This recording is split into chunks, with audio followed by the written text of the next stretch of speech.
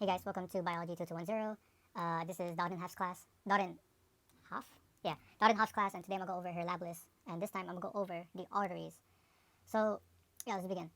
Before I begin, I want to say something. So, if you remember in the human model, I'll show a picture right here, right there. As you can see, there's like 3 branches, but that's for humans. In cats, they only have 2. So, in cats, they're missing the left common carotid artery. Instead, the left common carotid artery is here, but in humans, it's somewhere here, right? Yeah, but cats, they don't have that. They only have 2.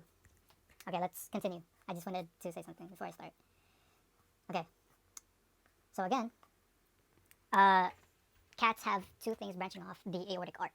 The first one is called the brachiocephalic trunk, and then the other one is called the left subclavian artery. Now, in the left subclavian artery, there's like this little thing like coming off it, like this one here. That's called the internal mammary artery. Oh, let me just quickly think this real quick. So again, aortic arc. This is the brachiocephalic trunk. This is the left subclavian artery. And this one is the internal mammary artery. Okay, now continuing on with this. This is called the axillary, yeah, whatever. Oh, artery. And then further branching off. Oops, forgot to draw it. And then further branching off, this right here is called the brachial artery. Okay, cool. Now we have the left side of the body completed. Now, continuing on with the brachiocephalic trunk, there's 3 arteries branching off it. So the first one is called the left common carotid artery. Left common carotid artery. And then the one on this side, this is the right common carotid artery. As you can see, this is in the right side of the cat's face, and this is the left side in the cat's face. Okay, cool. Now, the last one branching off is called the right subclavian artery. And branching off the right subclavian artery is called the internal mammary artery. Let me just quickly think this real quick. So, internal mammary artery, and then this one is the right subclavian artery. Now, branching off again is the axillary artery. And this one right here is the brachial artery. Okay, cool. So, in the cat model, when we're actually in the exam, it's not going to look the best. So, expect for it to look something like this, right? Or even probably like this. This is like way too clean, but expect it to look like this.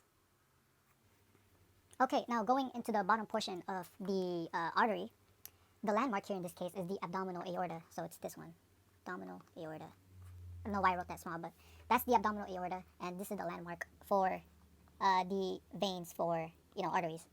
I mean, not veins, the arteries. What am I talking about? Anyways, so yeah, this is the landmark. Now, starting off from the top, you can't really see it. I'll show you guys a better picture in a bit, but here is the celiac trunk. Now, in the celiac trunk, there's 3 things branching off it, but again, you can't really see it with this picture, so I'll show you guys a better picture in a bit. And then this thing right here, that thing, like, kind of going like that. Oh, what the heck what am I doing? So, you see that thing right there? That's called the superior mesenteric artery. Okay? Cool. And so, again, with the renal, we have a renal vein and a renal artery, and they both connect to the kidney. So the artery is going into the kidney, the vein is going away from the kidney. If that makes sense, because it's going back to the heart, right? Yeah. And again, this thing always confuses me. You need to ask Doggenhoff, because I don't know. Again, this is called the spermatic or the ovarian artery. Yeah, I'm going to have to ask her, or, yeah. And so, let's get to the bottom portion, like as in the legs now. Now, branching off the abdominal aorta, this thing is called the external iliac artery. Now, branching off like even more, kind of like this. Hold up, give me a second. Now, branching off even more like this. That's called the internal iliac artery. Internal iliac artery. Now, branching off even more for the external iliac artery, this right here is called the femoral artery. Yeah? Nice. Oops, forgot to put the renal artery here. But yeah. Okay, so now let me show you what I mean. So again, this is the abdominal aorta. And you see how we're kind of like in the lateral view of the artery. It's like we're looking at it from the side. This thing coming off, that's called the ciliate trunk.